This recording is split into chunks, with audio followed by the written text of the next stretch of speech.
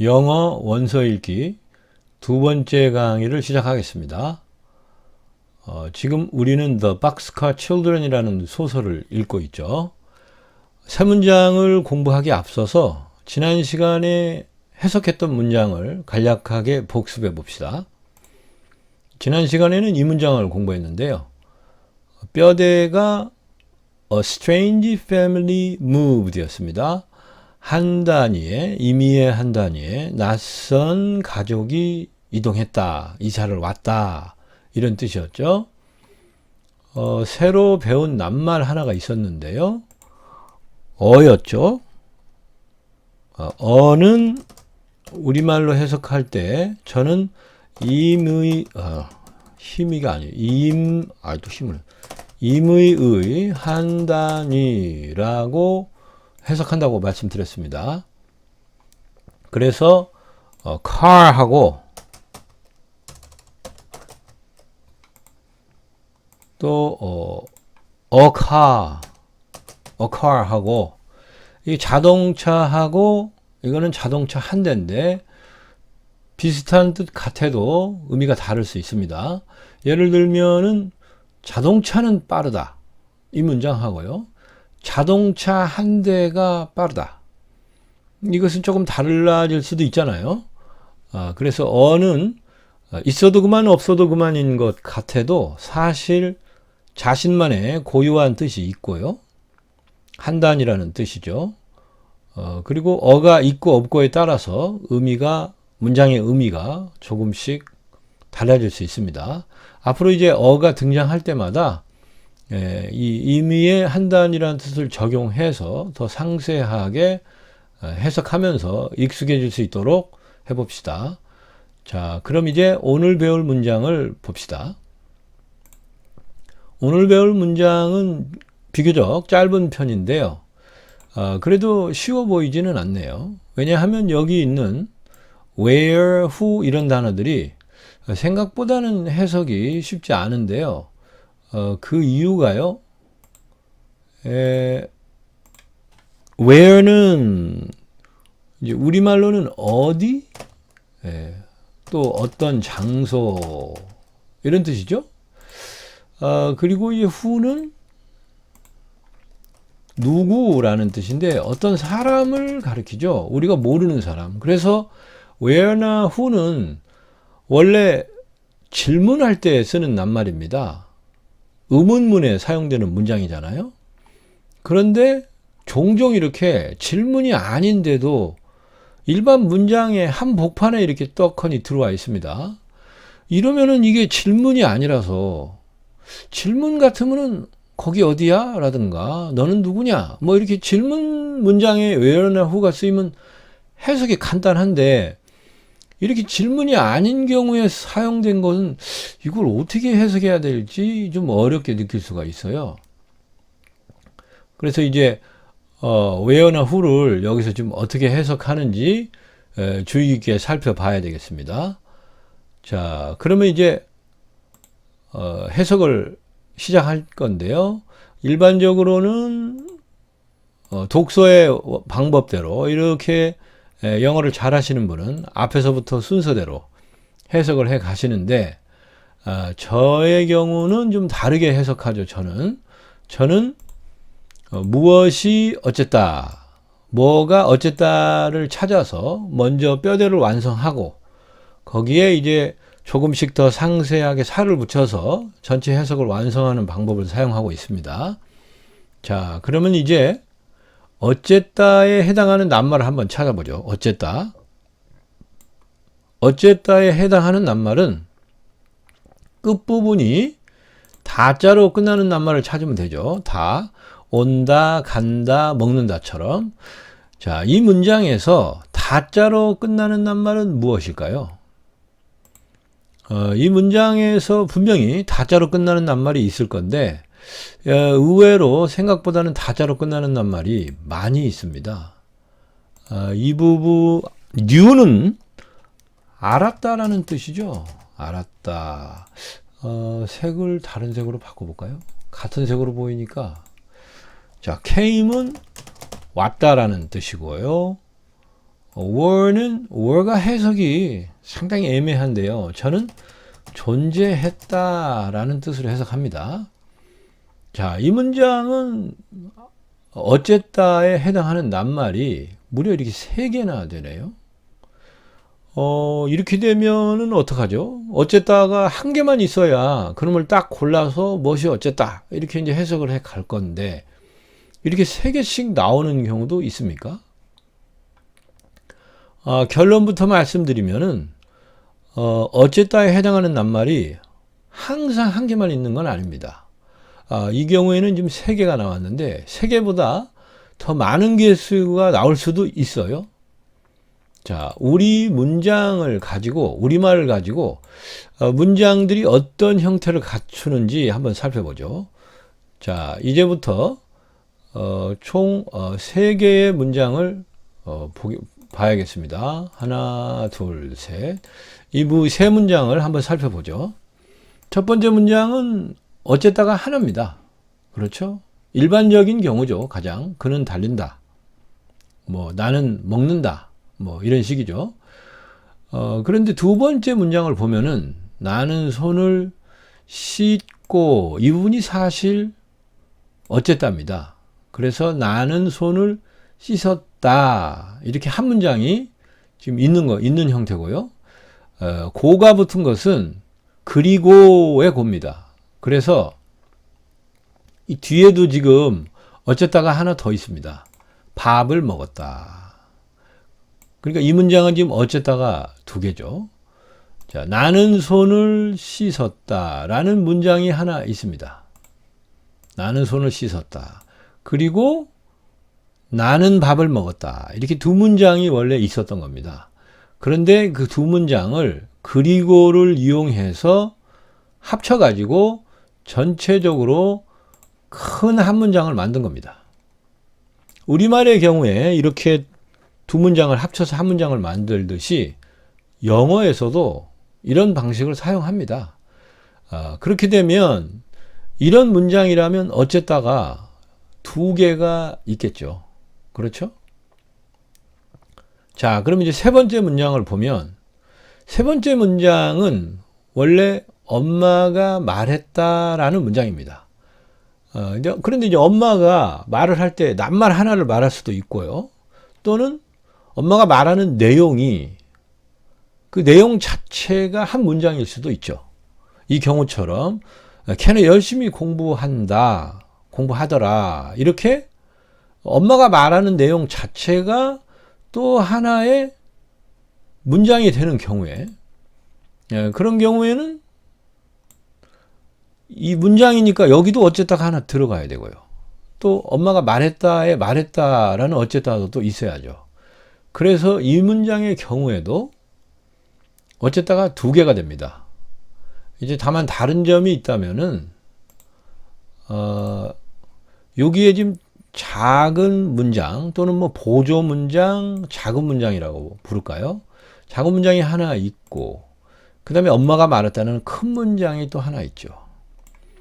그래서 이 문장의 형태는 전체적으로 큰 문장 속에 작은 문장 또는 보조용 문장이 하나 들어가 있는 형태입니다. 우리말에서도 이런 문장이 있다면 영어에서도 이런 문장이 있겠죠. 반드시. 그래서 다시 원래 문장으로 돌아가 봅시다. 이 문장에서 이렇게 어쨌다가 3개가 나왔다는 건 결국 문장이 3개라는 얘기고 이 문장은 앞에서 한글 문장으로 살펴본 경우처럼 아마 이렇게 2문장이 이렇게 컴마로 연결되는 경우라던가 이렇게요. 아니면 큰 문장이 하나 있고 그 안에 작은 문장이 이렇게 들어가는 형태라든가 이런 식으로 이 3개의 문장이 지금 합쳐져서 한 문장이 된 형태인 겁니다. 그래서 어쨌다가 3개가 있게 된 겁니다. 이 어쨌다를 이제 문법 용어로는 서술어라고 부르는데요. 이렇게 서술어는 한 문장에 여러 개가 나올 수 있습니다. 일반적으로는 문장 하나에 서술어도 딱 하나만 있게 되는데 여러 문장이 합쳐져서 한 문장을 다시 만들 때에는 이렇게 서술어가 여러 개가 될 수도 있습니다.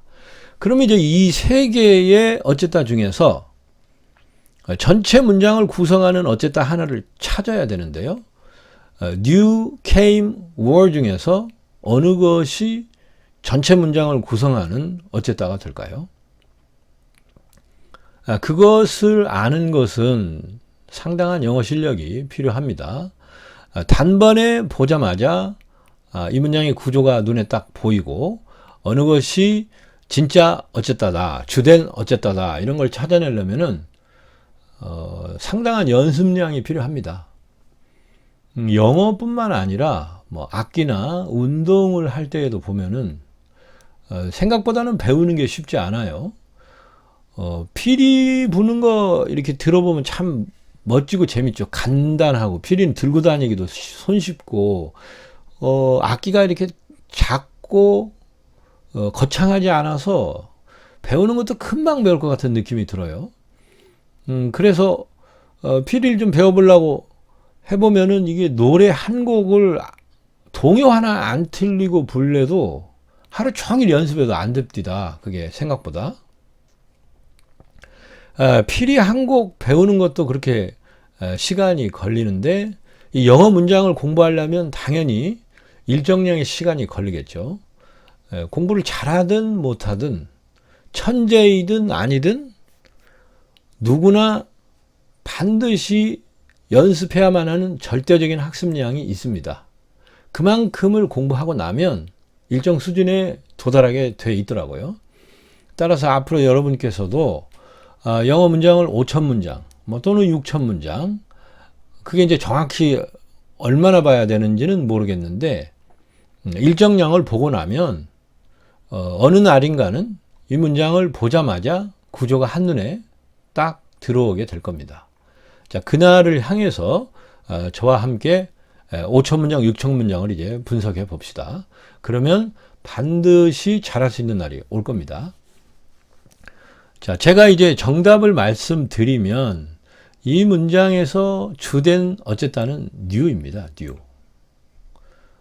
new는 알았다라는 뜻이기 때문에 이 문장은 결국 무엇이 뭐를 알았다 이런 식으로 압축이 될 겁니다. 그래서 new라는 동작을 실행할 주인공을 이제 찾아야 하는데요.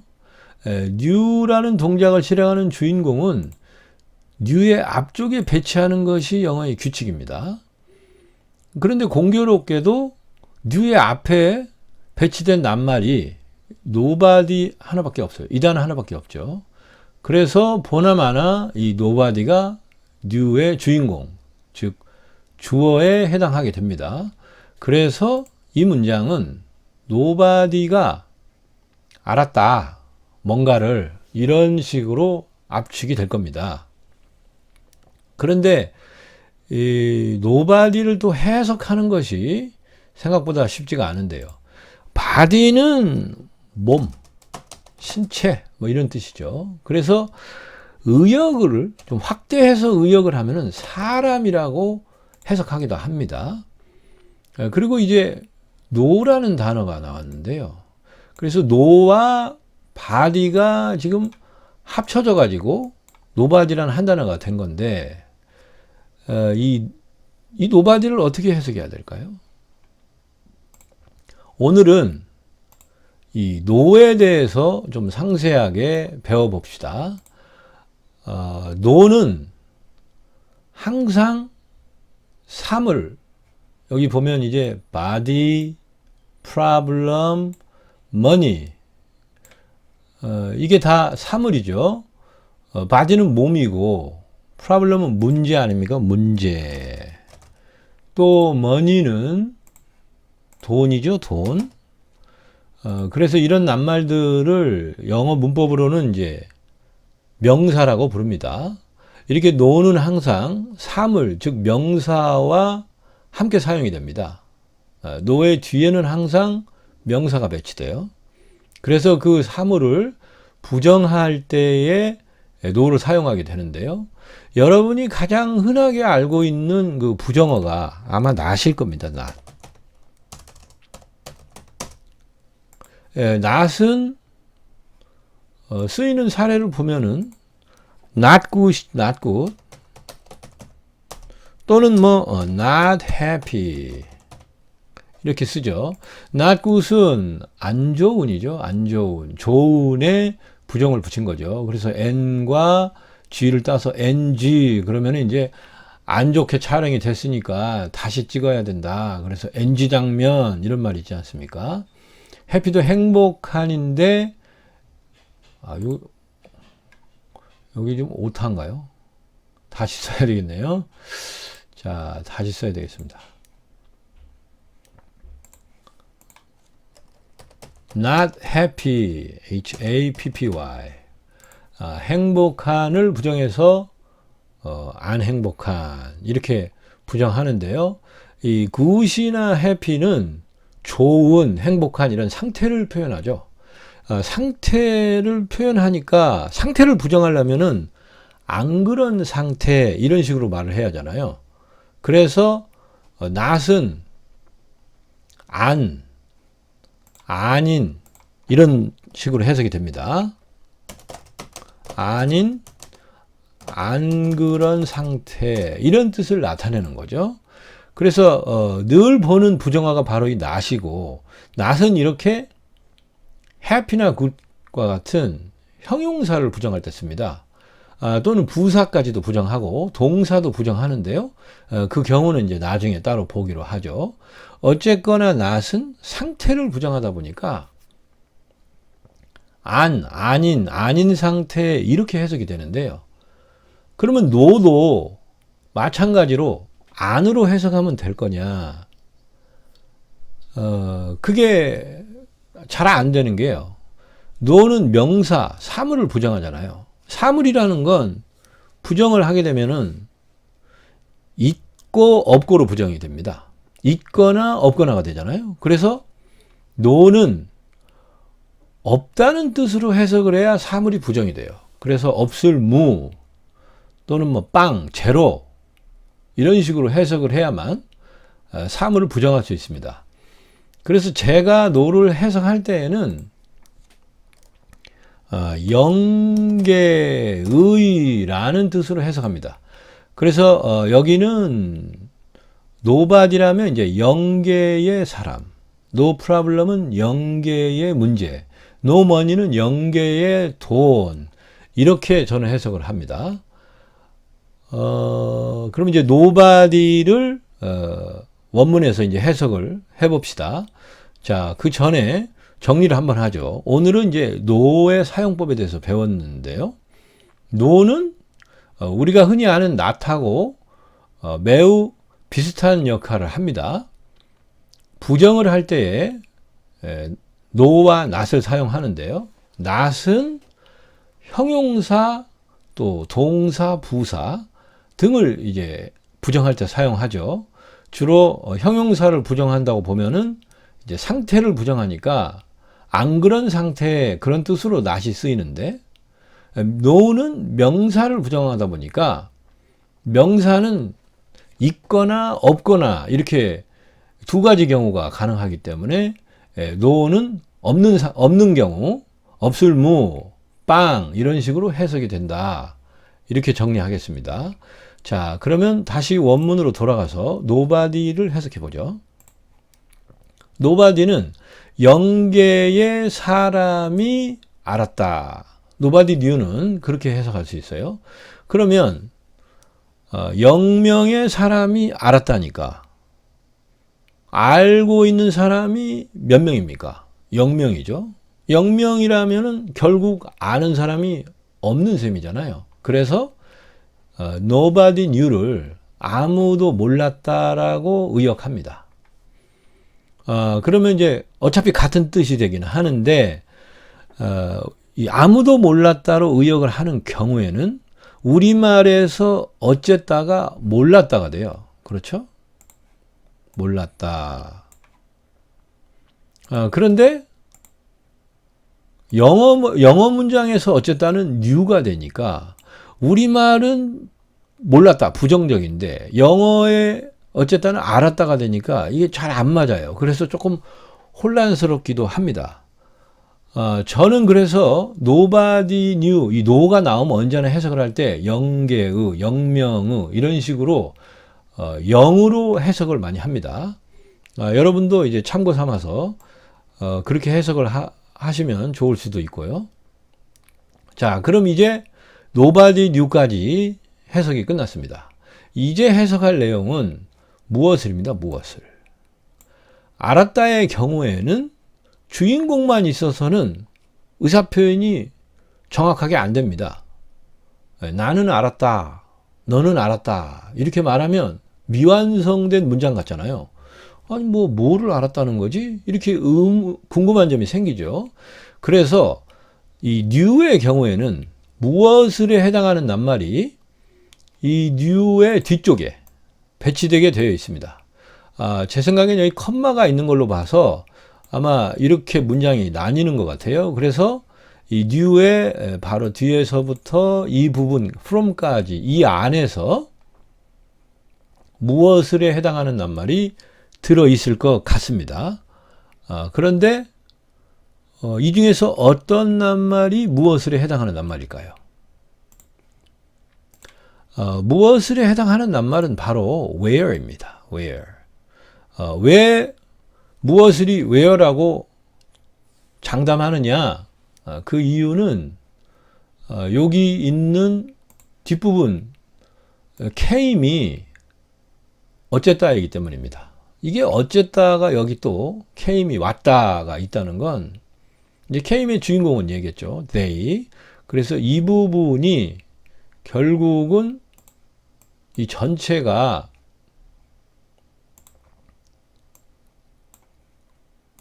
잘 안 되네요. 이 전체가 하나의 문장이란 얘기입니다. 이렇게 사물, 명사, where 뒤에 이렇게 문장이 떡하니 오게 되면 이 문장은 where를 부연 설명하는 보조 문장에 해당합니다. 그래서 new의 어쨌다로 new의 그 무엇을에 해당할 만한 낱말이 결국 where밖에 없어요. 이 부분은 보조 문장이라 삭제될 수밖에 없거든요. 그래서 new의 무엇을로 쓰일 수 있는 낱말은 where밖에 남은 게 없다. 그래서 where가 무엇을 해당한다는 것을 바로 알 수 있었습니다. 자, 그래서 해석을 하면 영명의 사람이 어떤 장소를 알았다, 그런 뜻이 됩니다. 그런데 어떤 장소를 알았다는 것인지, 결과적으로 이제 어떤 장소를 몰랐다는 것인지 이게 잘 납득이 안 되죠. 그래서 they came from이라는 문장이 이렇게 where를 부연 설명하게 된 겁니다. 자, 이 부분을 조금 더 상세하게 분석해 봅시다. 일단 they는 그들인데요. 그들이 누굴까요? 그들은 앞에서 나왔던 a strange family입니다. 이사 들어온 가족 있죠. 바로 그 이사 들어온 가족이 왔다. 그리고 이 from은 뭐뭐로부터라는 뜻인데요. 이게 참 이상하죠. 한글을 치려고 그러면 항상 영어가 나오고요. 영어를 치려고 그러면 항상 한글이 나와요. 제 느낌만 그러는지 한 번을 제대로 못 맞추네요. 앞으로 주의를 하겠습니다. 이 from은 뭐뭐로부터라는 뜻이고, 이 from의 뒤쪽으로 출발 장소를 표현하게 되어 있습니다. 그래서 전체적으로는 이렇게가 한 덩어리가 되어서 해석을 할 때에는 뒤쪽에 있는 낱말부터 해석을 하게 되는데요. 이 경우에는 지금 뒤에 아무것도 없죠. 여기 아무것도 없습니다. 그래서 그냥 they came from은 그들이 출발해 왔다라고 이제 해석할 수밖에 없겠어요. 어디로부터 출발해 왔다라고 말하기는 지금 뒤에 아무 낱말이 없기 때문에. 그런데 이 문장은 where를 지금 부연 설명해야 하잖아요. 그래서 그들이 출발해 왔다라고 어딘가로부터 왔다라고 다자로 끝내버리면 where를 부연 설명할 수가 없어요. 이 문장은 이러저러한 where와 같은 형태로 해석을 해야만 where를 부연 설명할 수가 있죠. 그래서 그들이 출발해 on으로 니은으로 끝나도록 해석을 하고 어떤 장소 where에다가 이렇게 덧붙여서 해석하면 됩니다. 그러면 결국 다시 원문으로 돌아가 볼까요? 결국 이 문장은 0명의 사람이 그들이 출발해 온 어떤 장소를 알았다. 그 얘기입니다.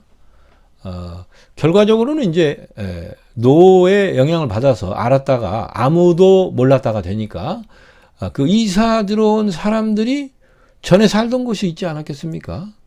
뭐 다른 도시에서 살았겠죠. 그러다가 이제 미들섹스의 그 작은 마을로 이사를 들어온 건데 원래 어디 살았는지 그 이사 오기 전에 출발해온 장소를 모르겠다.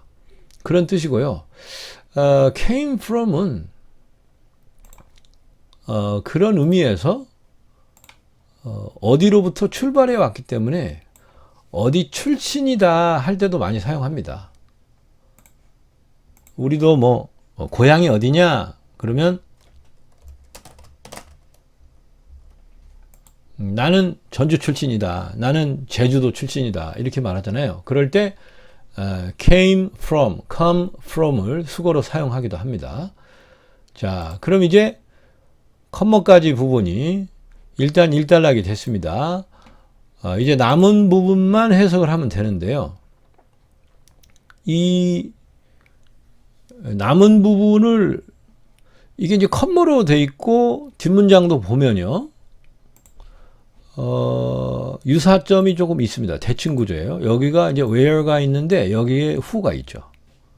그리고 또 이 부분은 이제 where를 부연 설명하는 문장이 붙어 있는데 여기도 who를 부연 설명하는 문장이 붙어 있죠. 이렇게 지금 대칭적인 구조로 되어 있는 걸로 볼 때 그리고 컴마가 있고 그런 거 볼 때 이 문장은 지금 두 문장이 합쳐진 형태인 것 같아요. 그래서 문장의 구조를 조금 분석해 보면 원래 문장은 이렇게 Nobody knew where라는 문장이 하나 있었습니다. 그리고 동일한 형태로 Nobody knew who라는 문장이 또 있었습니다. 이렇게 두 문장이 있었는데 이 문장을 한 문장으로 이제 합치게 된 겁니다. 두 문장을 한 문장으로 합치는 방법은 원래 문장을 그대로 여기다가 씁니다.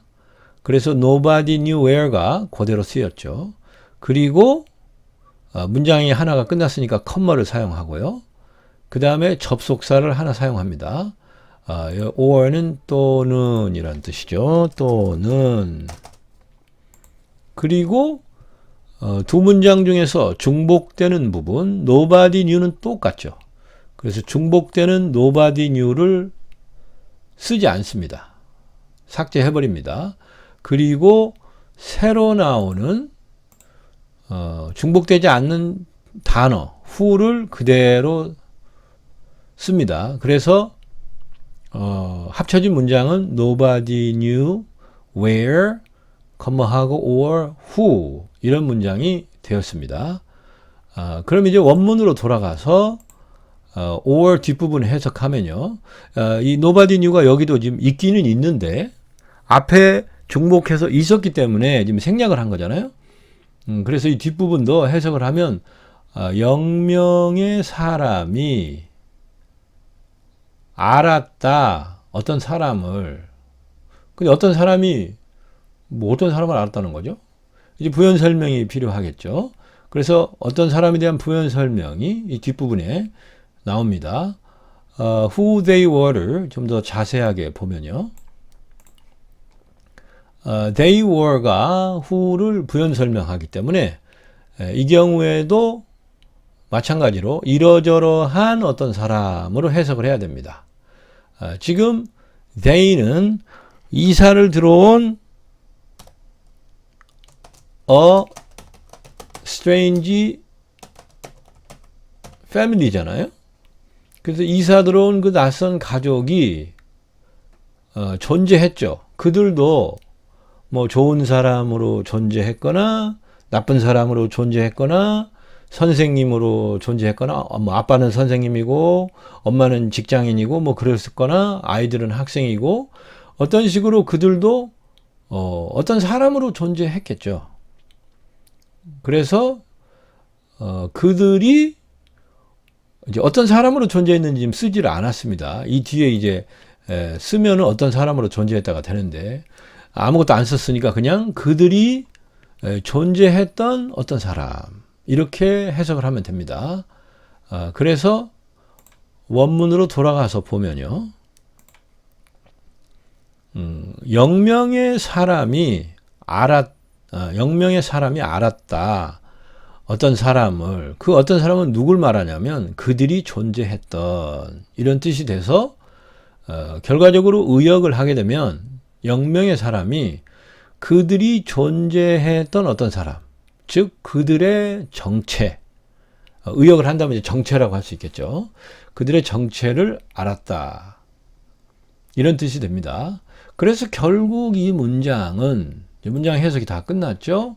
0명의 사람이 그 이사를 온 그 사람들이 어디서 왔는지 또 이사 온 그 사람들이 어떤 사람들인지 정체를 아무도 몰랐다 라는 뜻으로 해석할 수 있습니다. 지금 이사를 온 장소는 미들섹스 리틀 빌리지인데 그 미들섹스 리틀 빌리지 사람들이 볼 때 이사 온 사람들이 낯선 가족이라고 그랬잖아요. 스트레인지 패밀리였잖아요. 낯설다는 게 모른다는 거니까 안 본 사람들이라는 거니까 당연히 리틀 빌리지 마을 사람들 입장에서는 그 이사 온 사람들이 어디서 왔고 뭐 하는 사람들인지 모르겠죠. 그런 내용이 이제 두 번째 문장에 적혀 있습니다. 그럼 이제 두 번째 문장의 전체적인 구조를 다시 한번 확인해 보겠습니다. 자, 원래 뼈대가 nobody knew가 있고요. 그리고 또 똑같은 형태로 nobody who라는 문장도 있었죠. 그런데 두 문장이 or라는 접속사로 연결이 되면서 중복되는 nobody knew가 삭제가 됐습니다. 생략이 됐다고 할까요? 그리고 where를 부연 설명하기 위해서 문장이 하나 where의 뒤에 붙었습니다. 사물을 문장으로 부연 설명할 때에는 사물의 바로 뒤에 문장을 붙이고 이제 우리말로 해석할 때는 거꾸로 해석해서 문장부터 해석해서 이러저러한 무엇 이렇게 해석해야죠.